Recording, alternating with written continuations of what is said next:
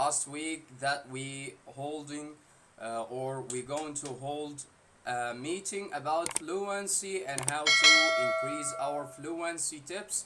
First I'll introduce you for my audience.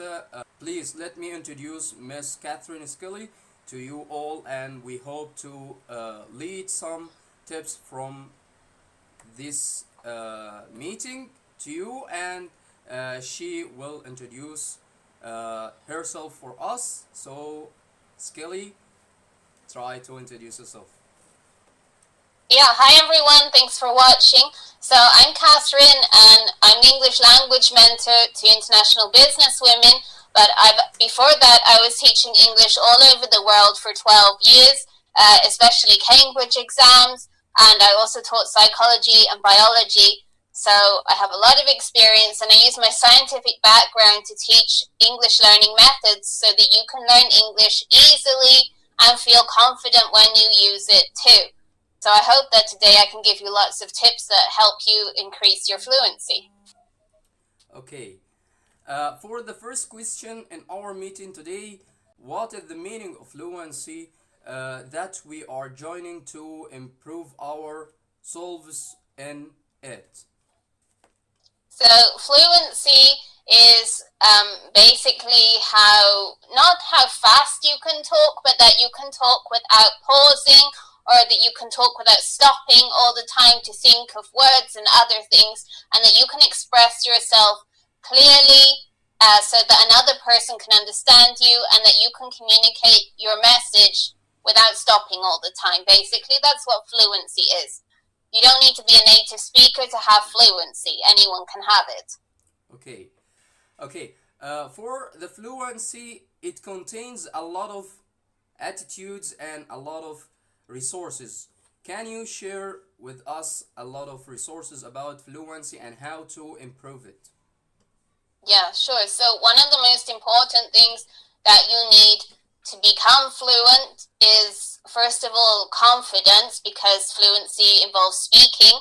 So you need to feel good about yourself, and you need to have this attitude of positive mind so that when you are communicating in another language, you aren't stressed, you aren't anxious. Because if you start to feel those negative emotions, the first thing that is going to happen is that your brain is going to stop functioning and you won't be able to talk because you will be stressed. This even happens in our own languages, like when we have to give public speeches, for example. So if you're doing that in another language, then it's even harder. But some tips that can help you improve this: well, first of all, if you do feel stressed or anxious when you have to speak in English, I highly suggest that you try meditating beforehand, or doing some mindfulness practice, which is just like breathing and trying to relax. And if a negative thought comes to your mind, then just let it go and don't think about it too much, because we all have the voice in our head that's telling us, oh, you said that word wrong, or your pronunciation is rubbish, or that you didn't do that very well. If you keep thinking those things, it's not going to help you. So just let them go, and try to do this practice for like 10 minutes a day is really good. And if you have got a speech, I'd say try to do it for like 20 minutes at least, an hour before you have to give that speech or exam. So one, you don't fall asleep, and two, you feel relaxed when you go into it. So that can really help you reduce anxiety, which is important for fluency. And the other tips that I have for you to increase your fluency level is: one, reading. Reading can actually help you increase your spoken fluency, because this way you will learn new vocabulary without trying. You just use your free time to read in English instead of your own language, and over time all of this information will go into your brain, and your brain will make deeper connections and memories without you noticing or trying.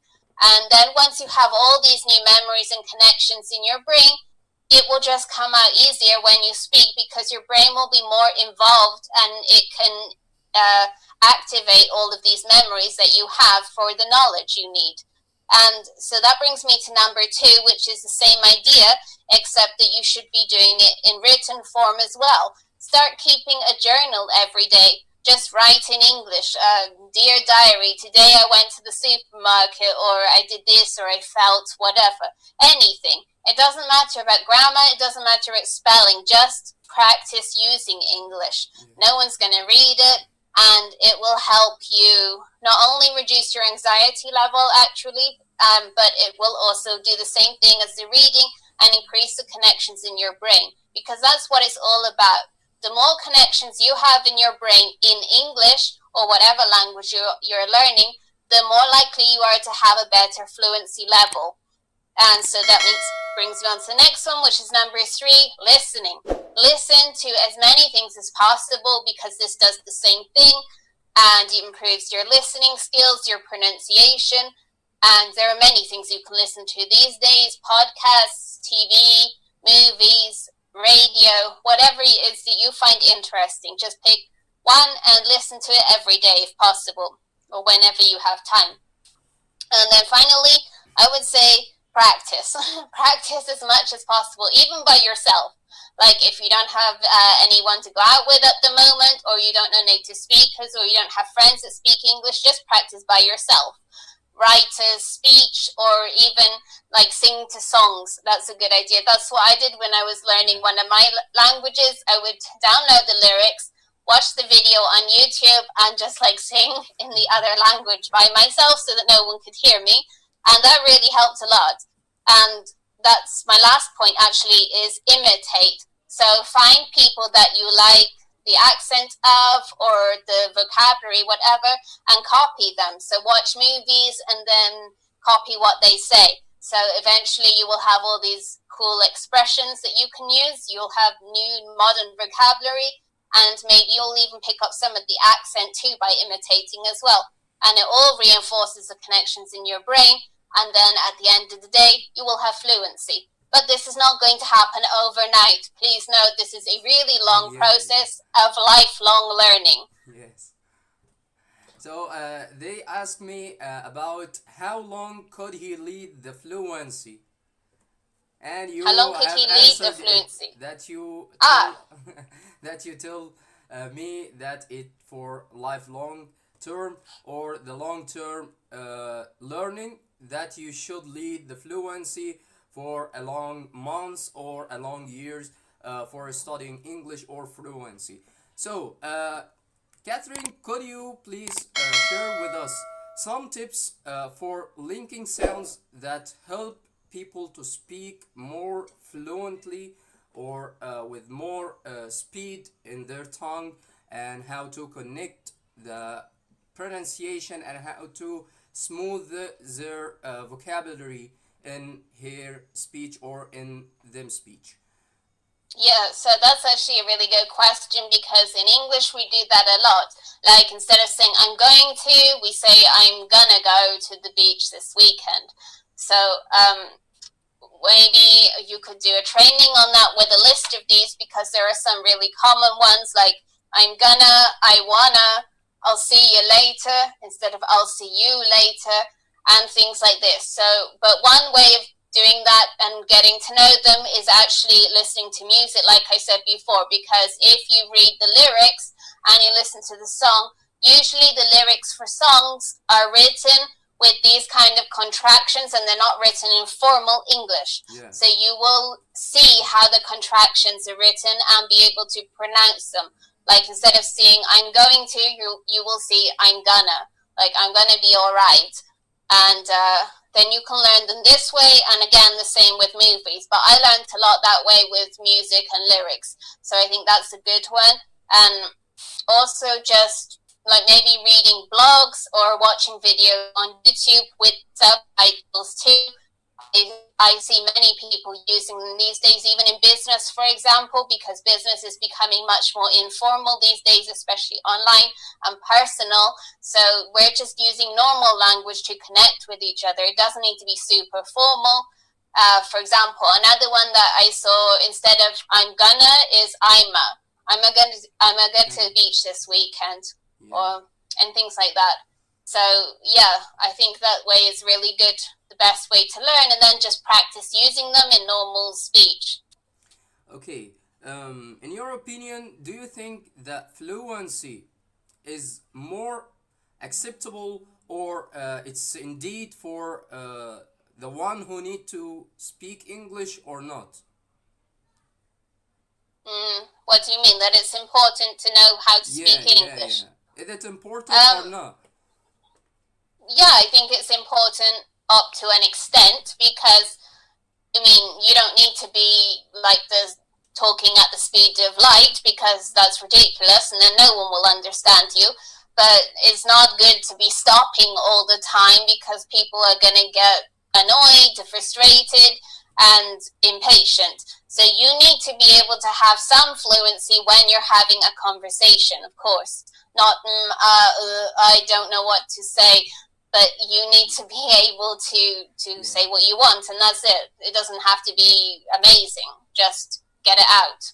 Okay, okay. There are differences between pronunciation, accent, and fluency. Could you please give us short tip for all of them?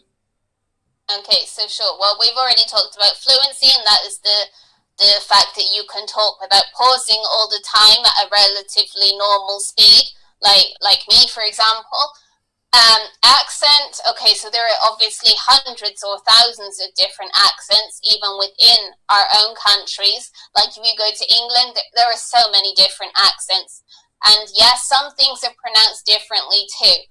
But let's imagine there is just one pronunciation for English, and everyone has different accents. Yeah. So the pronunciation is still the same. It's just that they have like this different sound when they pronounce it. They're very similar, so it's hard to explain the exact difference. But if I say to you, let me think of one. Okay, so in England, we say presentation, right? When we have to give a presentation. But I think in United States, they say presentation. Yeah. So the stress is in a different place, but it's the same word. Intonation is different. Exactly. The intonation is different, which makes the pronunciation different, but it's still the same word. Whereas compared to accent, I'm not very good at doing accents, but for example, if we take the word look, like look at me, so that's how I pronounce it. But then if you go to the north of England, they have a different accent, so they pronounce it like Luke, like with a really long O and a bit of a U. Yeah. Yeah. Okay, for the Arabs, how they can lead the fluency, and what is the best resources that they should go on or follow it? Okay, well, first of all, it depends on their level, because if you're only A1, obviously you're not going to have fluency, because you can't even have a conversation yet. So please be realistic. I would say that you should start thinking about fluency when you're at least B1 level, and try to implement all the things that I've spoken about then. But anytime before, it's going to be hard, because you're only learning the basics of the language, and you haven't got to a point yet where you can have a conversation, so that's not possible. But once you do, try to find friends so that you can practice even online. There are lots of apps these days where you can have conversations with people or send voice message, and I think there are many groups on WhatsApp, for example, that people make to practice English together, or even on Facebook there are many groups. And stop being afraid. So in these groups, you should try to send voice messages or even make videos and send them, because writing messages all the time is not really going to help you. It'll help you improve your writing, I guess, but not so much the fluency.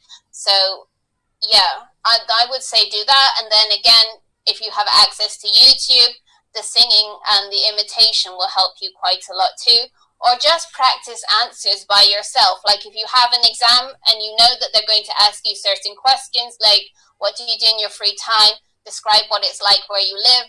Actually write the answer and just practice over and over again. Not memorizing it, but just practicing the actual words. Yes.